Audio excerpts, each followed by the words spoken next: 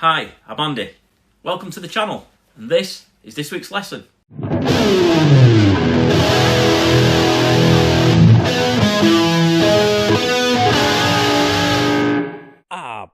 Bollocks. Welcome everyone to today's lesson. We're going to talk about today scale shapes. I kind of don't want to say a specific scale because they're all pretty much the same thing.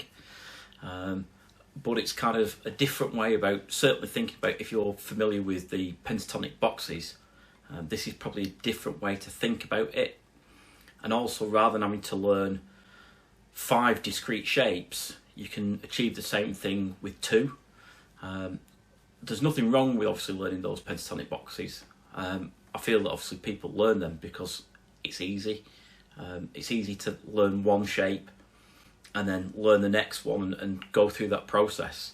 You know, if you Google it or look on YouTube, you'll find lots and lots of people all sort of teaching that methodology. Like I said, there's nothing wrong with that. And even so, there's sort of schools of music out there that teach the 5 pentatonic shapes. You know, RGT teach it, Rock School teach it. Like I said, there's nothing wrong with that when somebody's actually learning to play the guitar to start with. There's also a slightly different methodology out there that I've seen where people kind of learn the interval shapes between the root note, but you end up having to learn kind of lots of different shapes to then apply that to each of your scales, which again, there's nothing wrong with that. It's just my brain can't cope with that and I get complete overload. So I've kind of got, I'm not going to say my own way of doing it, no doubt other people do this as well, but I've not seen it sort of mentioned on YouTube.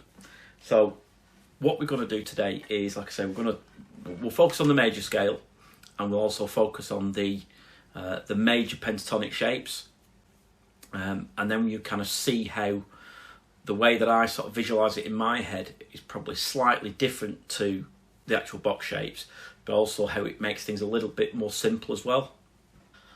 So let's look at the actual pentatonic boxes that you may be familiar with today. So if we take pentatonic major shape, so if we take A and start there, you'll probably be familiar with if you use 1 finger, 1 fret methodology. So you start with this finger on the 5th fret on the low E, and it's 2 4 1 4 1 4 1 3 2 4 2 4. So, and also if you do know the pentatonic box shapes, then you'll take position number 5 of the major pentatonic shape, but this time starting with your little finger on the A, and you will do kind of the equivalent of the position 1 of the minor pentatonic. So if it was minor pentatonic, you'd be, but rather than starting on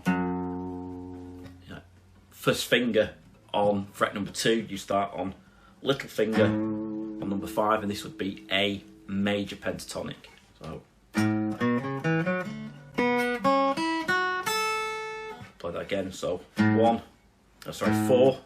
1 3 1 3 1 3 1 4 1 4. And again, there's nothing wrong with learning them to start with, but if you kind of like just back up a little bit and think about what actually you're playing. So we take this and we go 2 4 1 4 1 4, and that is a full octave. So you're starting on A and you're ending on the A here. Okay, and then you take that same thing and you start with your A here, and you go 4 1 3 1 3, and then end there on your A. So again, we've got A to A here, and we don't go any further than that. So I've not gone all the way up to the top of the box in either of the positions, and this is where you sort of like, you have to stop and think and go, what am I actually doing? So if I say this is shape number 1 for me of right of the root, so I've got, okay, And you'll see where I finished. I finished with my pinky finger on the A. And then what have I then got? Well, what I've got is, I've got left of the root. So this shape, I play that here. So left of the root. So we do it again. And all I'm doing is accommodate the B string where you've got to move everything up one fret. But fundamentally, this shape is exactly the same as this shape. So how I visualise the fretboard is, I've got right of the root being A in this instance, and I've got left of the root. So little finger, swearing finger. And that gives me two shapes. And those two shapes I can take anywhere over the neck of the guitar. So I said here's the octave, A and A. And I have left. But I could play and then move my swearing finger onto that A and play the same shape again. Again, moving everything one fret up to accommodate the B string. But it is as simple as that. I could then take these left and right of the root and move them anywhere on the neck. So find another A. So Ernie 8. Oh, that's the A string. So I can take this A and go, oh, where am I? I want to play right of the root note.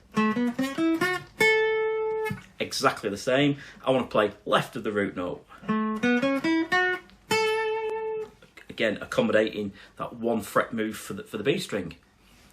And that's basically it. You can take that principle and apply it to major shapes. So, well, here's my A string, and I play the same thing again. And that's it. You just need to visualise where the octaves are, and then you basically apply two shapes, a left of the root and a right of the root, and you can play any shape. You can play all of your major pentatonics all over the neck without having to learn 5 pentatonic boxes. You learn two shapes, and that's it. Same for major scale. I hope you found that useful. Thank you for watching. Any questions, please file them down in the comments box. Catch you in a bit. Bye bye.